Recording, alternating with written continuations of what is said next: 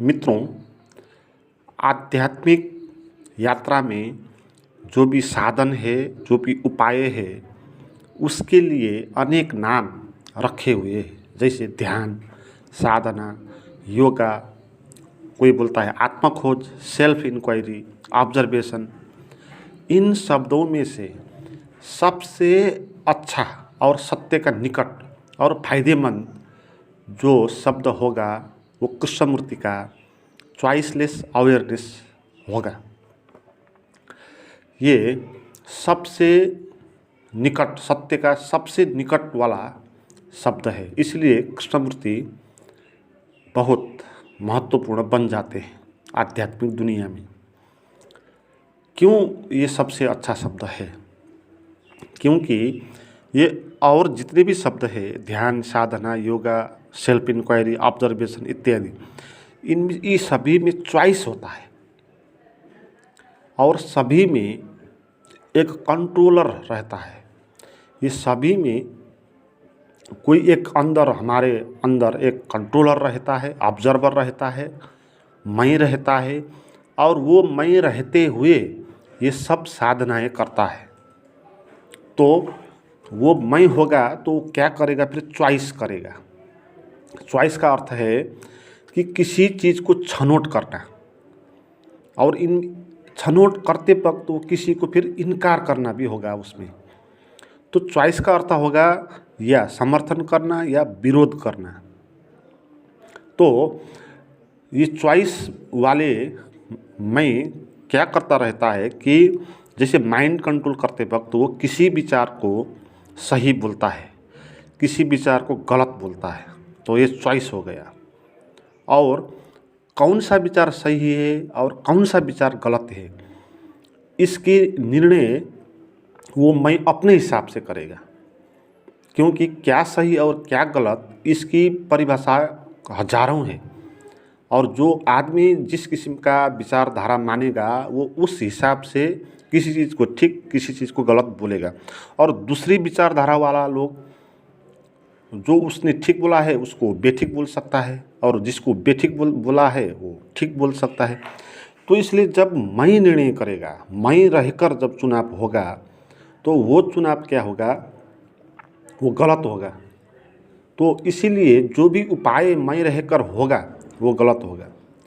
जैसे चुनाव में हम अनेक पार्टी को जो चुनाव चिन्ह होते हैं उनमें से किसी एक चिन्ह को हम छनौट करते हैं और उसमें वोट देते हैं। और जब हम वोट देते हैं उसमें हम उसे संबंध बना लेते हैं, है ना। हम ये बोलते हैं कि वो ठीक है और जितने पार्टी हैं वो गलत पार्टी है, इसलिए उनको नहीं देना है। तो आपने अब क्या कर लिया? पार्टियों से संबंध बना लिया। जिस पार्टी को आपने बोला ठीक पार्टी है तो उससे आपका संबंध बन गया, और जिस पार्टियों को आपने बोला कि गलत है उससे भी आपने संबंध बना लिया। क्योंकि विरोध भी एक संबंध होगा। तो चुनाव में जिस पार्टी में आप वोट नहीं देंगे वो और जिसमें वोट देंगे वो दोनों से ही आपका संबंध बनेगा। ऐसे ही जब हम माइंड में अनेक विचारों को कंट्रोल करते हैं, माइंड में चलने अनेक विचारों माने अनेक पार्टियां, तो उनमें हम वोट देते रहते हैं। किसी विचार को समर्थन करते हैं, अच्छा विचार बोलते हैं तो उसको वोट देते हैं। किसी विचार को नकारात्मक विचार, गलत विचार बोलते हैं तो उसको वोट नहीं देते हैं। तो ये होता रहता है। ये चॉइस की दुनिया में ऐसा होगा, और उसमें मैं करता हूँ, मैं कंट्रोलर हूँ, एक रहेगा वो जो करने वाला होगा, जो ऑब्जर्वर करने वाला होगा, ऑब्जर्वर होगा, जो कंट्रोलर होगा, तो वो मैं बच रहेगा। और जब तक एक मैं रहेगा वही मैं करेगा। जब वही मैं करेगा तो अपने हिसाब से करेगा, अपनी मान्यता, अपनी धारणा उसकी क्या है तो उस हिसाब से वो व्याख्या करेगा, और साधना को भी वो विकृत कर देगा। जो साधना करेगा वो ध्यान, साधना, योगा, ऑब्जर्वेशन, सेल्फ इंक्वायरी इत्यादि, तो वो सबको वो इस किस्म का व्याख्या करेगा अपने हिसाब से। और उसके लिए फ़र्क ध्यान का अर्थ होगा, फ़र्क योगा का अर्थ होगा, फ़र्क ऑब्जर्वेशन का अर्थ होगा, तो ऐसा बन जाएगा। तो इसीलिए मैंने बोला ये सभी शब्द में चॉइस होता है और एक कंट्रोलर रहता है, इसलिए ये शब्द अच्छे नहीं है चॉइसलेस अवेयरनेस से ज़्यादा। तो चॉइसलेस अवेयरनेस में क्या होता है हम समझेंगे। इसमें चॉइस नहीं होगा और कंट्रोलर नहीं बचेगा, क्योंकि जैसे माइंड कंट्रोल में चॉइसलेसनेस का अर्थ क्या होगा कि हम किसी भी विचार को वोट नहीं डालेंगे, हम उससे संबंध ही नहीं बनाएंगे, है ना। चॉइसलेसनेस का अर्थ होता है जैसे आप वोट नहीं देते हैं, किसी पार्टी को भी वोट नहीं देते, तो आपने क्या कर दिया, चॉइसलेस कर दिया। किसी भी पार्टी से अगर आपने वोट नहीं डाला तो आपको किसी पार्टी से भी संबंध नहीं बनेगा, और जब संबंध नहीं बनेगा तो आप भीतर कुछ कंट्रोलर नहीं होंगे। जब कंट्रोलर नहीं होंगे तो क्या होगा कि अवेयरनेस बचेगा और वो अवेयरनेस जगने लगेगा, तो वो उसका जगना ही वास्तविक अध्यात्म है। तो इसमें आप क्या करेंगे, दिमाग में चलने किसी भी विचार को चॉइस नहीं करेंगे, न समर्थन करेंगे न विरोध करेंगे, क्योंकि कोई भी विचार चुनाव योग्य नहीं है ना। कि कोई भी, जैसे कोई भी पार्टी वोट देने योग्य नहीं होती है, सभी एक जैसी होती है। तो किसी भी विचार पर आपको ये नहीं बोलना है कि ये सही विचार है, ये गलत विचार है, ये विचार क्यों आया, ये ऐसा विचार आना चाहिए। तो इस किस्म का जो हम माइंड कंट्रोल करते हैं तो उसको हमने चॉइसलेस कर देना है और ये बोल देना है कि कोई भी विचार रखने योग्य नहीं है। तो सभी विचारों को उपेक्षा करना है, कुछ को गलत और कुछ को सही नहीं बोलना है। जो गलत विचार मैं बोलता था वो भी एक विचार है, वो भी एक पार्टी है, और अनेक लोग उस पार्टी को ठीक मानते हैं, और अनेक लोग जो जिस विचार को मैं गलत बोलता हूँ, अनेक और सांप्रदायिक लोग उसको ठीक मानते हैं। तो इसीलिए सभी एक जैसा ही है। तो आप चॉइसलेस कर देंगे, उपेक्षा कर देंगे, तो उपेक्षा करके क्या होगा, आपका संबंध नहीं बनेगा, है ना। संबंध किसी भी विचार पर आपका नहीं बनेगा, ना शरीर के भाव पर बनेगा। तो जब संबंध नहीं बनेगा तो आप भीतर अब कंट्रोलर नहीं रहेंगे, कुछ मैं जैसा आपके अंदर नहीं रहेगा, क्योंकि वो मैं व वो कंट्रोलर बनने के लिए संबंध आवश्यक है, क्योंकि वो अकेला खड़ा नहीं हो सकता।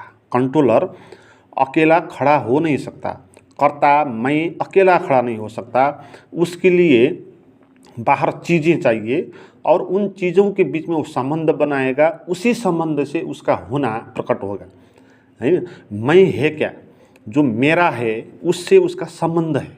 जब मेरा नहीं होगा कुछ भी तो मैं भी नहीं होगा, क्योंकि मैं पैदा कैसे होता है, जैसे मैं बाप कैसे पैदा होता है, मेरा बेटा से। तो अगर बेटा नहीं है उधर तो इधर बाप भी नहीं होगा, है ना। तो संबंध होना चाहिए, तो इस तब ही वो मैं बनेगा, और जब मैं बनेगा वो चॉइस करने लगेगा फिर बात गड़बड़ हो जाएगी। तो आप क्या करेंगे, किसी भी विचार पर संबंध नहीं रखेंगे, है ना, उपेक्षा करेंगे। इसमें मैं वाला विचार भी आएगा, है ना। सभी विचारों को उपेक्षा करने का अर्थ क्या है कि कंट्रोलर वाला विचार और मैं वाला विचार जो है उसको भी आप उपेक्षा करेंगे, उसको भी विचार ही मानेंगे, सभी विचारों की कुटी में आ जाएगा, और सभी को एक मुष्ट आप क्या कर देंगे, चॉइसलेस कर देंगे।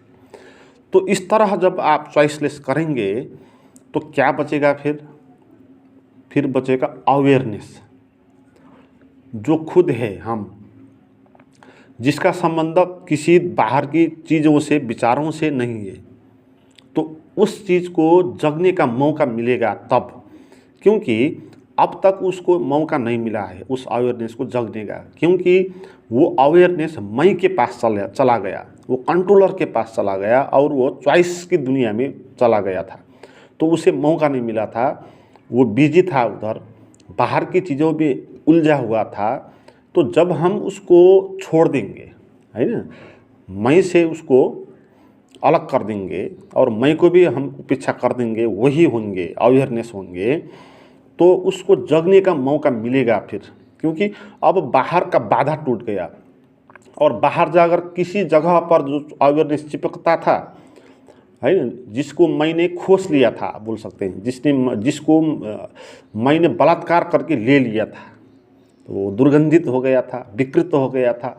अब उस अवेयरनेस को हम मैं से पास के हटाएंगे, फिर वापस लाएंगे। तो कैसे हटेगा? तो मैं को भी हम उपेक्षा कर देंगे, है ना। तो अवेयरनेस चॉइसलेस कर देंगे और अवेयरनेस अपने जगह पर वापस आ जाएगा और उसको अब जगने का मौका मिलेगा, क्योंकि वो जगने वाला है, वो होश है। और वो अगर बाहर नहीं जाएगा तो कहाँ जाएगा? वो अंदर ऊपर जाएगा, फिर ऊपर बढ़ने लगेगा। जैसे किसी भी चीज़ों को हम रोक नहीं सकते हैं, अगर हमने रोक दिया तो दूसरी जगह पर वो जाएगा। जैसे पानी होगा, पानी कोई नाला बग रहा है तो आपने उसका रास्ता ब्लॉक कर दिया तो क्या होगा? वो दूसरा रास्ता बनाएगा और निकल जाएगा।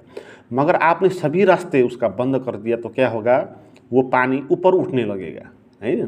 तो ऐसे ही अवेयरनेस का रास्ता हमने सभी जगह पर बंद कर दिया, अब उसको कहीं जाने का मौका नहीं मिला। अब वो अपने में जगेगा, फिर अपने में ऊपर उठेगा। तो जितना वो उठेगा उतना ही हमारे पास अवेयरनेस, वो होश जगने लगेगा।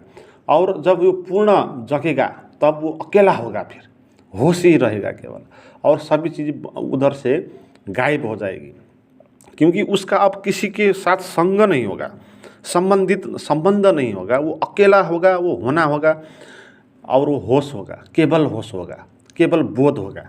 तो उस चीज़ को ही जानना है, उसी को अध्यात्म बोलते हैं। मित्रों, अगर आप इस किस्म के साधना करना चाहते हैं तो मेरे पास कुछ प्राइवेट गाइडेड मेडिटेशन की वीडियोज है, वो आप देख के सुन के इसके गहराई में जा सकते हैं। उसके लिए आप मुझे व्हाट्सएप पर बात करें, उसका नंबर डिस्क्रिप्शन में दिया हुआ है। तो थैंक यू।